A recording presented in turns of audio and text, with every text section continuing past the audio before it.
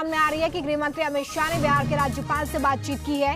बिहार के law and order यानी कि कानून व्यवस्था को लेकर ये बातचीत हुई है, जिसमें ये पता लगाने की कोशिश गृह मंत्री की तरफ से कि इस वक्त बिहार के अलग अलग जिलों में जहां पर हिंसा भड़की थी वहां पर हालात कैसे, यानी कि केंद्रीय गृह मंत्रालय खुद इस पूरे मसले पर इस वक्त संजीदा नजर आ रहा है। बिहार के सासाराम में, इसके साथ ही नालंदा में क्या कुछ इस वक्त हालात बने हुए हैं, इसको लेकर उन्होंने राज्यपाल से बातचीत की है। रजनीश सिन्हा मेरे सहयोगी इस वक्त जुड़ गए हैं, जो इस पूरी कवरेज में लगातार अहम जानकारी आप तक पहुंचाते रहे। देखिए रजनीश, बार बार इस बात का हवाला दिया गया कि बिहार में सुशासन का राज है, लेकिन सुशासन बाबू के राज में लॉ एंड ऑर्डर की धज्जियां क्यों उड़ाई जा रही है, इस पर काबू कब तक होगा, ये बड़ा सवाल है।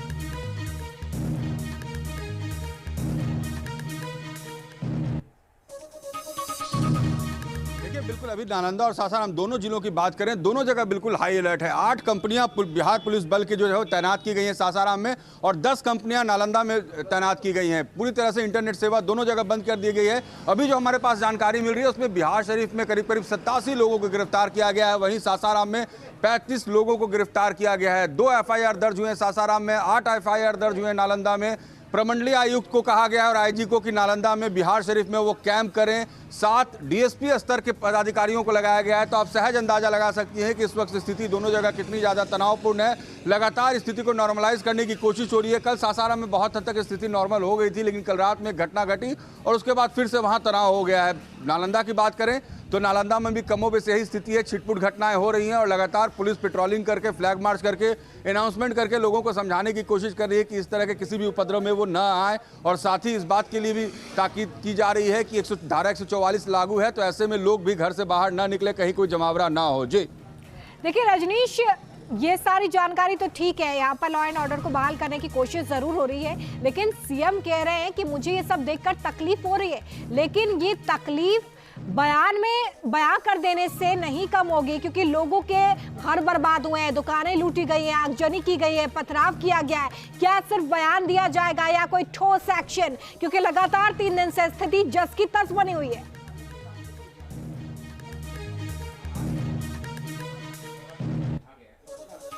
देखिए ये जो हमने ग्राउंड रिपोर्टिंग की, हमने देखा कि जिस तरीके से दोनों गुटों की तरफ से जिस तरीके से बर्बादी हुई है, दुकानें जली हैं, तो लोग अपनी अपनी वेदना जो है वो प्रकट कर रहे हैं। लेकिन जो बर्बादी हुई है उसके लिए जवाबदेह कौन होगा? क्या पुलिस की चूक हुई है? क्या इंटेलिजेंस का फेलियर था?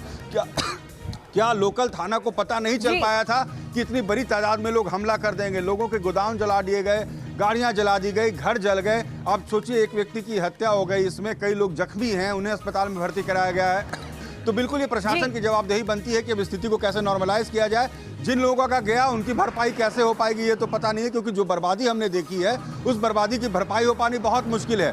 करोड़ों की संपत्तियां लोगों की जल गई हैं, घर जल गए हैं, दुकान जल गए हैं, गोडाउन जल गई हैं। और वाकई बिल्कुल सही कहा आपने कि जो बर्बादी हुई है, आप फ्लैग मार्च कर रहे हैं, पेट्रोलिंग कर रहे हैं, ठीक है, ये बड़ा नुकसान है और ये जनता का नुकसान है रजनीश, जिसकी भरपाई करना जरूरी है। और इसकी भरपाई तभी हो पाएगी जब इस पूरे मामले में एक बड़ा एक्शन लिया जाएगा। बने रहेंगे रजनीश हमारे साथ, लेकिन आगे बढ़ते हैं। बिहार शरीफ हिंसा के 10 बड़े अपडेट अब आपको बता देते हैं, ताकि आपको ये समझ में आए कि 30 तारीख से लेकर अब तक क्या हुआ है। देखिए, कल रात को जगहों पर राउंड फायरिंग की गई है। हाड़पुर, सौसराय में उपद्रवियों ने फायरिंग की है। कल रात फायरिंग में 3 लोगों को गोली लग गई थी। कल जो फायरिंग हुई उसमें एक व्यक्ति की मौत भी हो गई है। फायरिंग में घायल 2 लोग इस वक्त अस्पताल में भर्ती हैं, उन्हें इलाज दिया जा रहा है। फायरिंग के बाद कल रात भर छापेमारी भी चली और अब तक इस पूरे मामले में 80 से ज्यादा लोगों की गिरफ्तारी कर ली गई है।